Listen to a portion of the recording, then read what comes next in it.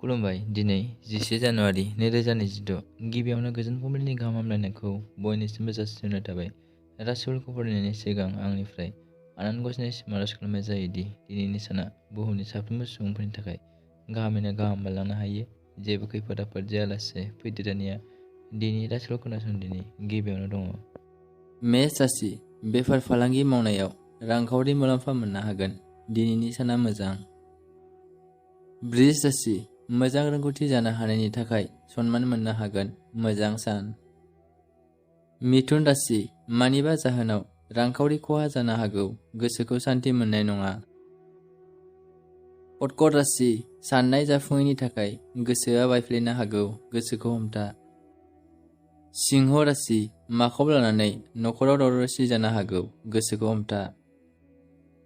कन्या राशि माबा मोनसे मुवा बेसाद मोननो हागौ। गोजोन मोनगोन। मोजां सान। तुला राशि सरकारनि साख्रि मावनायाव जौगानायखौ मोननो हागोन। मोजां सान। वृश्चिक राशि मानिबा रोंगौथियाव देरहासार जानो हानायनि मान मोननो हागोन। गोजोन मोनगोन। धनु राशि सोरजोंबाफोर बायदिसिना होननानै सोंखारि जानो हागौ। जेखि जाया गोसोखौ हमथा। मकर राशि सोरनिफ्रायबा माबाफोर अनसुंथाइ मोननो हागौ। मुलाम्फा जागोन। मोजां सान। कुम्भ राशि जेखि जाया खामानिखौ मावनो गोसो जानाय सोमजिनो हागौ।